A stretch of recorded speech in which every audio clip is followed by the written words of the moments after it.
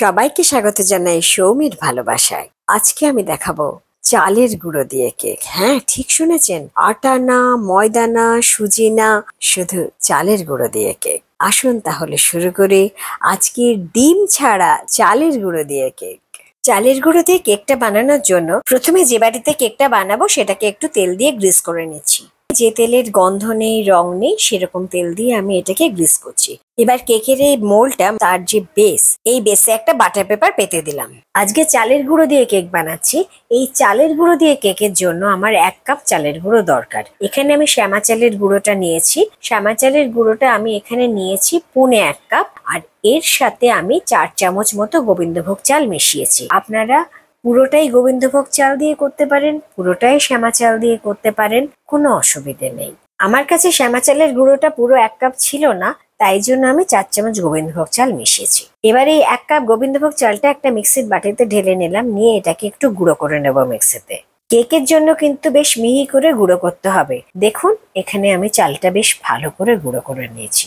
আপনারা কেনা চালের গুঁড়োও ব্যবহার করতে পারেন। এবার এই চালের গুঁড়োটা আমি একটা ছাঁকনিতে চেলে নিচ্ছি, কারণ শুকনো উপকরণ সবসময় চেলে নিতে হয় কেক যখন বানাতে হয়। দেখুন, এই জন্যই চেলে নিতে হয়, যাতে এইরকম দানা থাকলে যে সেগুলো কিন্তু ছাঁকনিতে আটকে যায়, কারণ কেকে যেটা যাবে সেটা একদম মিহি উপকরণটাই যাবে, শুকনো উপকরণটা। এইবার দেখুন, এরকম যে দানা দানা যেটা ছাঁকনিতে আটকে গেল, সেটা কিন্তু আর কেকে দেওয়া যাবে না। হ্যাঁ, চালের গুঁড়োর এই মিহি পাউডারটাই কিন্তু আমার কেক বানাতে লাগবে। এবার দেখুন প্লিজ, এরকম একটা 10 টাকার গুঁড়ো দুধের প্যাকেট আমি নিয়েছি। এবার কেক বানানোর নিয়ম অনুযায়ী সব শুকনো উপকরণই আমার চেলে নিতে হবে, তাই এই গুঁড়ো দুধটাও আমি ছাঁকনি দিয়ে চেলে নিচ্ছি। এবার আমি 1 চামচ বেকিং পাউডার নিলাম। এবার আমি হাফ টিস্পুন বেকিং সোডা নিচ্ছি। এবার শুকনো উপকরণগুলো চামচ দিয়ে ভালো করে মিশিয়ে নিচ্ছি। এবার চেলে রাখা শুকনো উপকরণগুলো একটু সরিয়ে রাখলাম। এবার কেকটা বানাতে শুরু করছি। প্রথমে আমি 1 কাপের 4 ভাগের 1 ভাগ দই নিলাম। আবারও 1 কাপের 4 ভাগের 1 ভাগ তেল নিলাম, যে তেলের রং নেই, গন্ধ নেই।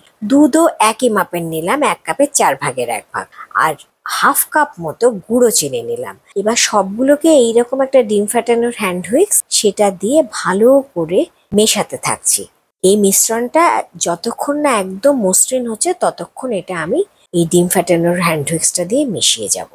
এবার 1 চামচ ভ্যানিলা এসেন্স দিলাম। ভ্যানিলা এসেন্সটা দিয়ে এটা আবার ভালো করে মিশিয়ে নিলাম এই হ্যান্ড হুইক্সটা দিয়ে।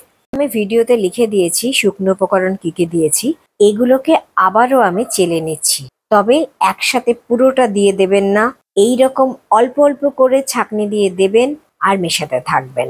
যেটা একটু আগেই বললাম, কেকের ব্যাটার সব সময় মসৃণ হয়, তাই এরকম ভাবে ছাঁকনি দিয়ে দিচ্ছি যাতে কোনো দলা বা ডেলা না থাকে।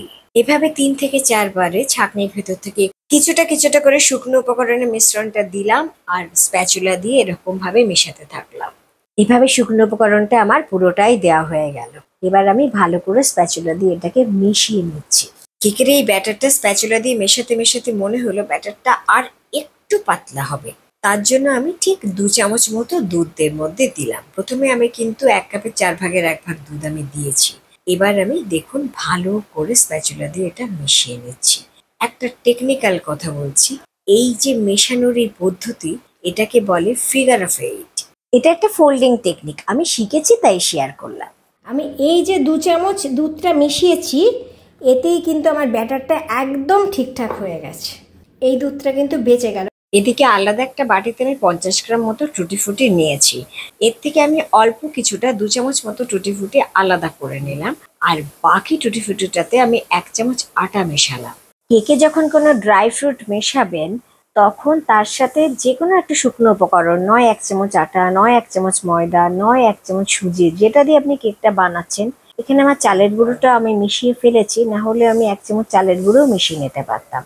ওই টুটি ফুটি গুলো তো আমি এই ব্যাটারের মধ্যে মেশালাম, আর 2 চামচ টুটি ফুটি যেটা আমি একটু বাঁচিয়ে রেখেছিলাম, ওটা আমি কেকের এই ব্যাটারটার উপরে ছড়িয়ে দিলাম। দিয়ে একটুখানি আমি ঠুকে নিচ্ছি বাটিটা, তাহলে ভেতরে যদি বাতাস থাকে কিছু, সেটা বেরিয়ে যাবে।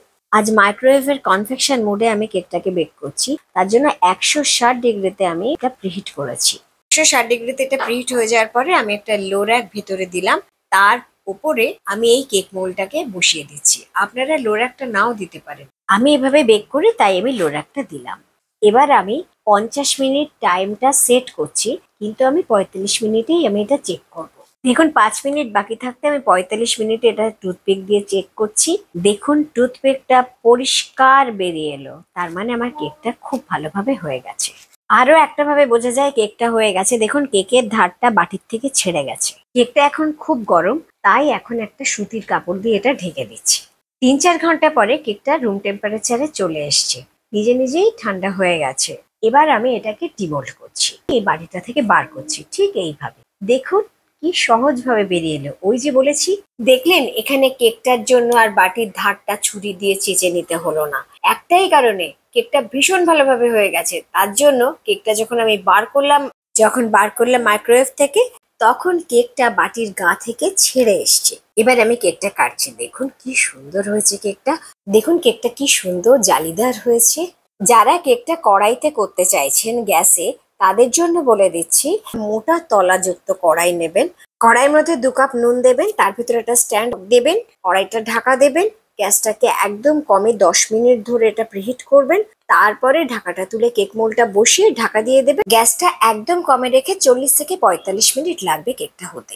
ভিডিওটা ভালো লাগলে চ্যানেলটা সাবস্ক্রাইব করার অনুরোধ রইল। ভালো থাকুন, ধন্যবাদ।